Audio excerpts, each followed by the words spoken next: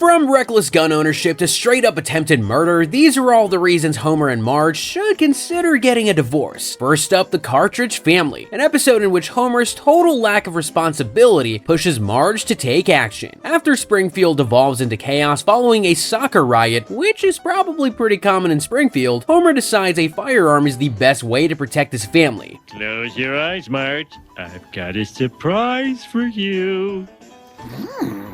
Okay, open your eyes.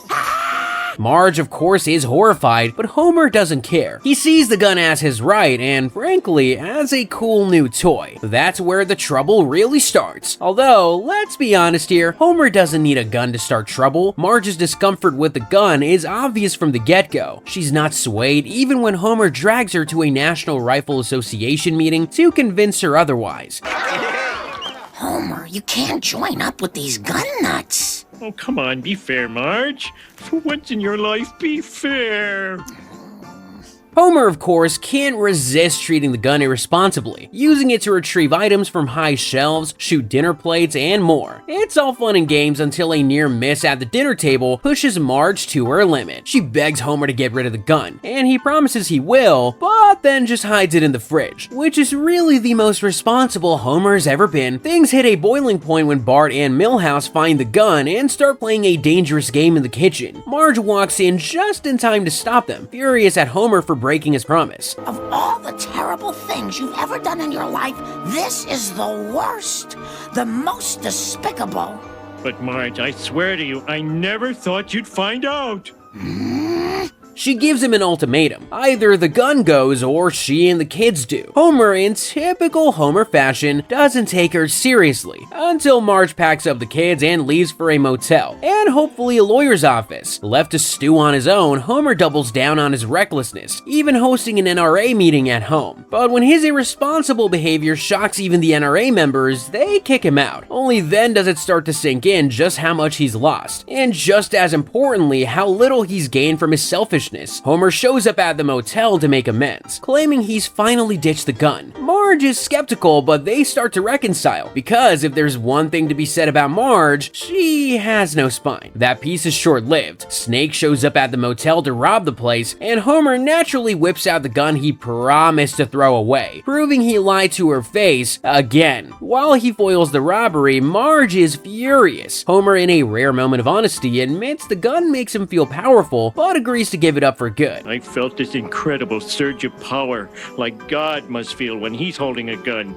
So please, get rid of it, because I know I'll just lie to you again and again. And he actually follows through this time. Marge takes the gun to throw it away, but then catches her reflection in the trash can lid. Feeling unexpectedly tough with the weapon in hand, she decides to keep it herself. Okay, so she's just as bad as him. Makes sense why they're not divorcing now, I guess. So divorce is off the table for now, but Marge finds a good alternative in the next episode, Break My Wife Please, Attempted Murder. The episode starts with Bart's aquarium antics landing him in the hospital, but the real drama kicks off when Marge can't find Homer, who has the insurance card. Turns out Homer has been slacking off work, watching TV at the video store. Way more important than his son's health and well-being. When he finally shows up, Marge has had enough and insists he gets a cell phone. But Homer takes this as a chance to go all out, loading his car with every unnecessary gadget imaginable, from a fog machine to a snow cone maker. Okay, at this point, it does seem like he's just intentionally trying to annoy her. In a twist that absolutely nobody is surprised by, Homer's distracted driving ends with him flying off a pier and into the ocean. The whole thing is such an easy case of idiocy that Judge Constance Harm revokes his license pretty quickly. But now with Homer off the road, Marge gets stuck as the family chauffeur, juggling everything from errands in Shelbyville to chauffeuring Lenny and Carl, which are really the two most important jobs for any mother in Springfield. But the stress quickly builds, and Marge starts snapping at everyone. Meanwhile, Homer discovers he actually enjoys walking, earning brownie points with Mr. Burns for showing up to work early. Life's looking up for him until Marge, frazzled and distracted, accidentally runs him over. Keyword being accidentally. You can't see me, but I'm doing air quotes. I don't know what happened. I saw you, and I went for the brake, but I hit the accelerator. It's okay, Marge. It would have been a lot worse if I hadn't been carrying this Bible in my crotch. Now Homer's laid up in the hospital with a broken pelvis, completely dependent on Marge, who's already hanging by a thread. But she just goes completely freaking insane. Marge's frustration spills over, quite literally, with a bowl of hot pea soup, and she accidentally kicks Homer's cane, sending him sprawling. Again, that keyword, accidentally, air quotes, again. It's like you hate me, your own husband. That's ridiculous. I don't like you.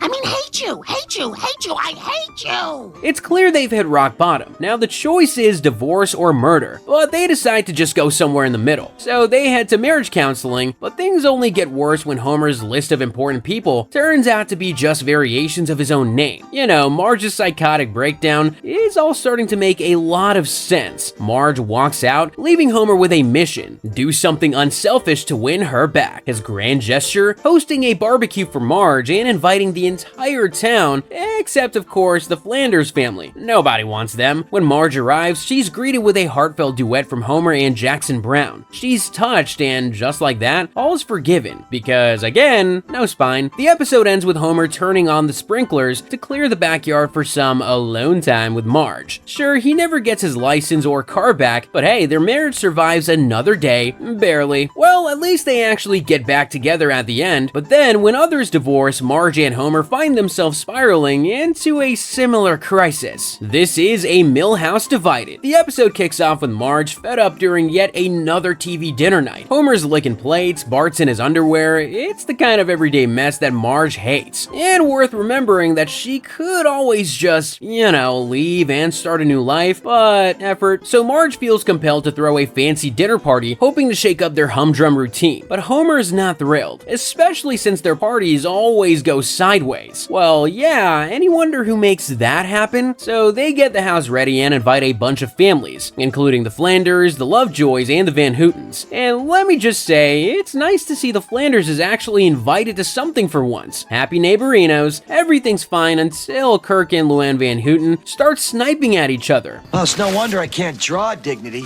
I gave it up when I married her. From that point, things escalate fast, and by the end of the night, Luann announces she wants a divorce. It's awkward and leaves Marge feeling guilty, even though Homer insists it wasn't her fault. I mean, it kinda was, but also, sure. Meanwhile, the fallout from the Van Houten divorce is messy. Kirk is struggling. He loses his job at the cracker factory because apparently crackers are for happy families only. So that's it after 20 years. So long, good luck. I don't recall saying good luck. His attempt at dating ends with his girlfriend stealing his car. I mean, the guy's just going from disaster to disaster. Luann, on the other hand, seems to thrive, moving on with a new boyfriend, Chase from American Gladiators. Watching Kirk's life unravel makes Homer anxious about his own marriage, especially when Kirk warns him to appreciate Marge before it's too late. Divorce is just around the corner. Well, if Marge's brain is still, functioning, this freaks Homer out. He starts remembering their cheap, lackluster wedding at a truck stop and realizes Marge deserved better. In his clumsy way, he tries to show his love, like making ocean noises to help her sleep, but it all backfires. When Homer tries to cut her hair, Marge has had enough and snaps at him to leave her alone. Panicked, Homer assumes their marriage is doomed and secretly files for divorce. I'd like to file for divorce.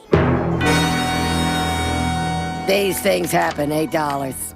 And I mean, what the hell is he even thinking trying to get ahead of a divorce by divorcing? That doesn't even make sense. But Homer has a plan. When Marge gets home from Bart's dental appointment, she finds their friends gathered in the living room, and Homer surprises her by proposing they remarry, this time with the wedding she deserves. Marge is touched and agrees, and their heartfelt vow renewal is the perfect reset for their relationship. Alright, you redeemed yourself once, homeboy. Inspired, Kirk tries to win Luann back with a cringy song, but she's not having it. How about it, Luann? Will you marry me? Again? Ooh, no. Oh, well, can I have my shirts back at least? As Kirk gets escorted out by Chase, it's clear Marge and Homer's relationship might be chaotic, but it's solid compared to the Van Hootens. I guess Luann is just more confident and assertive than Marge. I mean, after all of Homer's missteps, you'd think Marge would do something about it. Instead, she just turns a blind eye and puts on a polite smile, like in Colonel Homer, where Homer quite literally comes close to ruining his marriage. So Homer and Marge head to the movies for a little date night, but But of course, Homer can't just sit quietly and enjoy himself. He's eating too loud, chatting, and then to top it all off, he blurts out the movie's ending. Basically, he thinks he's at home. The whole theater turns on him, and Marge finally snaps, yelling at him in front of everyone. Oh, shut up, Homer. No one wants to hear what you think. The crowd loves it, but Homer, not so much. He's hurt, like really hurt, and accuses Marge of stripping him of his quiet dignity. Yeah, like that ever existed. Feeling defeated, he storms out, leaving her wondering if he'll even come back. Homer drives aimlessly and ends up in the middle of nowhere at this little country bar. There, he meets Lurleen Lumpkin, a waitress with a guitar and a voice that hits him right in the feels. She sings a song that seems to capture all of Homer's frustrations, and he can't stop thinking about it. Your wife don't understand you, but I do. It's like someone finally understands how valuable he is. Back home, he's humming her tune while bowling and somehow scoring a 280 before deciding to help her get her music out into the world. He becomes her manager, Colonel Homer, and gets her song on the radio where it's an instant hit. But here's the kicker. Lurleen clearly has a thing for Homer, and Marge is not thrilled about this whole arrangement. Why the hell would she be? She's jealous and worried, especially since Homer seems to be spending more time with Lurleen than with her, and Lurleen doesn't exactly hide her feelings. When Lurleen makes her move, he gently shuts her down, telling her that while she's amazing, he loves his wife and would never hurt her. All I wanted to do was share your beautiful voice with other people, and I've done that. Now I better get out of here before I lose my family. It's a rare moment of Homer being, well, a decent husband. Maybe he's not so bad. Homer sets Lurleen up with a new manager and rushes home to Marge, where he lays it all out. He loves her, full stop. They patch things up in the best way they know how, which of course we can't really talk about. And it's clear that their marriage is back on track. Meanwhile, Lurleen goes on to sing a heartfelt goodbye song on a country show, wishing Homer and Marge all the best. And just like that, Homer dodges what could have been a total disaster for the sake of his marriage. But Homer is not the only one who plays with fire. Marge also decides to take a questionable risk in the episode Half Decent Proposal, reconnecting with an ex for a sizable amount of money. It all kicks off with Marge unable to sleep because Homer's snoring is out of control. She even considers surgery for him, but of course, it's way too expensive. Obviously, his consent is not necessary. Apparently, frustrated, she heads to Patty and Selma's, where they bring up her old high school boyfriend, Artie Ziff. And guess what? He's now one of America's richest men. Marge sends him a polite email to congratulate him, but Patty and Selma, being themselves, spice it up with a bunch of inappropriate language. Artie, who's apparently been obsessing over Marge for 30 years, sees the email and decides it's his big chance to win her back. Well, I guess she might have a shot at something better? Absolutely not. Next thing you know, Artie's helicopter is landing on the Simpsons lawn. He offers Marge $1 million to spend a weekend with him just to see what life would have been like if they ended up together. Marge says no at first, but Homer's snoring is so unbearable, like he actually snores while awake now. She eventually agrees, thinking the money could cover his surgery, which again, he has not agreed to at all. At first, the weekend seems innocent, but Artie just cannot help himself. He stages a creepy prom reenactment and kisses Marge without her consent. Of course, Homer shows up just in time to see this and assumes the worst. Heartbroken, he leaves Springfield with Lenny, who's also feeling some kind of way about Carl. Yeah, I don't really know how to feel about that one. The two of them end up working at a dangerous oil rig in West Springfield, basically ready to call it quits on everything. But now Marge is realizing how awful Artie is, how he's kissing her without consent, because doing things without the consent of your partner is unacceptable. Right, surgery-obsessed Marge? So she ditches him and goes looking for Homer. Meanwhile, Homer and Lenny accidentally set the rig on fire because how else would this have ended? Just as things are about to go south, Marge and Carl show up in Artie's helicopter to rescue them. Artie admits he'll never win Marge, even with all his money, and Homer finally jumps on the helicopter ladder. Lenny and Carl have a sweet little moment too before they're saved, so there's that. Back home, Artie tries to make amends by giving Homer a gadget that turns his snoring into music. Of course, it also has subliminal anti-Homer messages, because Artie just can't let go of the idea that Marge will someday realize she can do better. She can, buddy, but not with you. After all, Homer seems to understand Marge much better than anybody. He understands her so much that he's comfortable blabbing all of her deepest secrets in a class that shares the same name as the episode. Secrets of a Successful Marriage, so Homer somehow manages to turn a simple poker night at Lenny's into a revelation that he might actually be kinda slow. After folding on a straight flush, even Moe's gloating turns into irritation, and everyone realizes Homer didn't even know he had a killer hand. It actually takes him until midnight to realize that maybe he is a little, intelligence challenged. And what's the best way to deal with people thinking you're stupid? Yes, teaching. Homer somehow decides that this all means he should teach a class, specifically one called Secrets of a Successful Marriage. The irony here is that Homer, who barely understands his own marriage half the time, ends up spilling all kinds of personal stories about Marge to his students just to keep them entertained. Marge, understandably furious, makes him promise to stop. What she should be doing is immediately contacting a lawyer, but does Homer stop? Of course not. His students want dirt, not wisdom. So he keeps oversharing just to make sure everyone keeps listening to him. Things escalate when he invites the entire class over for dinner to show off their perfect marriage, which of course is the furthest thing from perfect imaginable. Marge is livid, kicks everyone out, and throws Homer into the literal doghouse. Well, the treehouse, but more or less the same thing. Homer doesn't handle this well. He goes full breakdown mode, making a fake Marge out of a plant, letting his clothes get ripped and dirty, and generally losing it. Meanwhile, Moe, seeing an opportunity, swoops in to move into Marge's house. Yes, Moe, as in Moe the bartender, the ugly dude with the gravelly voice. She really attracts all of Springfield's most interesting men. But just when it looks like Homer might give up entirely, he has this epiphany about what makes their marriage special. He tells Marge that while he might not be perfect, he can give her one thing no one else can: complete and total dependence. Which is about the saddest romantic speech I've ever seen. Moe, realizing he's outmatched, bolts immediately. He can't compete with someone who has nothing else in his life. Marge is skeptical at first, but Homer's sad, filthy state convinces her he's genuinely sorry. She forgives him and they reunite. The next morning, Moe, ever the opportunist, pops up at the kitchen window. Unfortunately for him, she's tolerating this regardless, so Moe runs off screaming. But at least Homer and Marge remain the happiest couple on TV, or at least second happiest to Homer in his relationship with beer. But in this next episode, Duffless, he's forced to choose between beer and his marriage. The episode kicks off with Lisa obsessing over her science fair project, a super tomato she's convinced will cure world hunger. Bart, on the other hand, is just being his usual bratty self.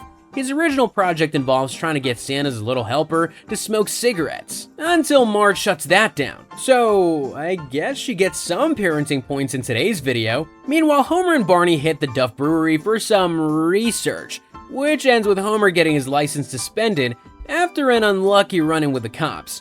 I mean, who could have seen that one coming? Drinking and driving is usually a superpower for him. Now Marge starts worrying about Homer's drinking, especially after he has to attend AA meetings and fails spectacularly at taking them seriously, by which I mean screaming and running out when Reverend Lovejoy says no more beer forever. She gives him a magazine quiz that makes it painfully clear he might have a problem.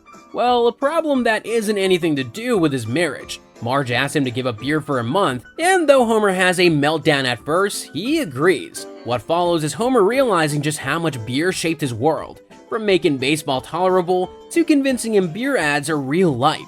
Meanwhile, Lisa's science project hits a snag when Bart, in peak little brother mode, ruins her precious tomato by chucking it at Skinner's fat, juicy butt, so Lisa gets revenge by using Bart as a test subject in her new experiment to determine if her hamster is smarter than him. I don't think I really have to tell you what the outcome of that is, but just in case I do, the hamster wins. But Bart's not one to take an L lying down. He hijacks the science fair with a stunt project called Can Hamsters Fly Planes? And somehow wins the first prize for real, leaving Lisa fuming.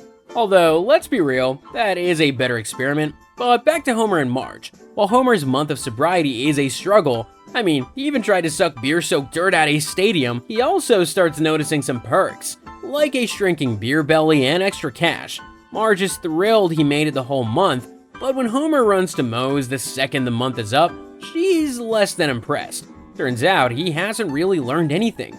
Standing at the bar, about to drink, Homer has a rare moment of self-awareness. He realizes he doesn't want to end up like most regulars. It all wraps up with a sweet moment, Homer and Marge riding Lisa's bike into the sunset, proving their marriage survives another round of chaos. For now, again, really starting to feel like their relationship is just a series of close calls at this point. Still, at least they have the reliable home environment of Springfield, until they abandon it in You Only Move Twice. It all starts when some mysterious woman offers Mr. Smithers a job at Globex Corporation.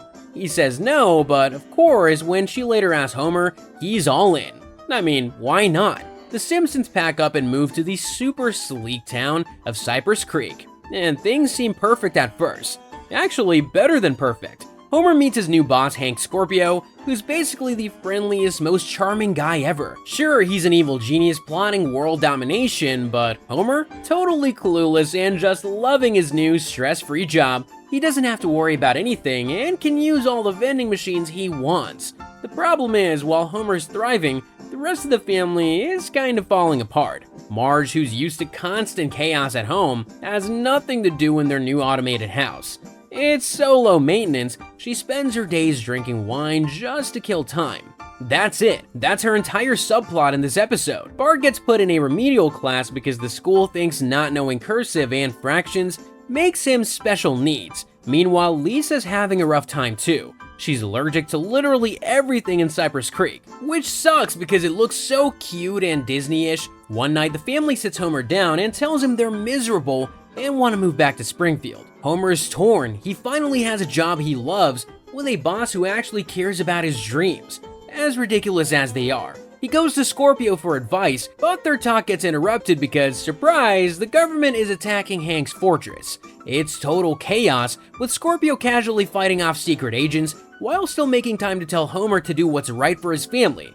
You know, he's obviously a bad guy, but Scorpio is such a good guy. It's hard to hate him. So with a heavy heart, Homer quits and walks out of the middle of the battlefield to rejoin Marge and the kids. Back in Springfield, life returns to normal, or as normal as it gets for the Simpsons. As a parting gift, Scorpio sends Homer a football team, which sounds amazing. Until Homer realizes it's the Denver Broncos, not the Dallas Cowboys like he dreamed. Watching the clumsy Broncos fumble around on the front lawn. Homer grumbles, but you know he's happy to have his family back where they belong. Even if it's not Cypress Creek level perfect. Everyone is happier here. Well, that's what we think anyway. After all, they always find a way to prove us wrong.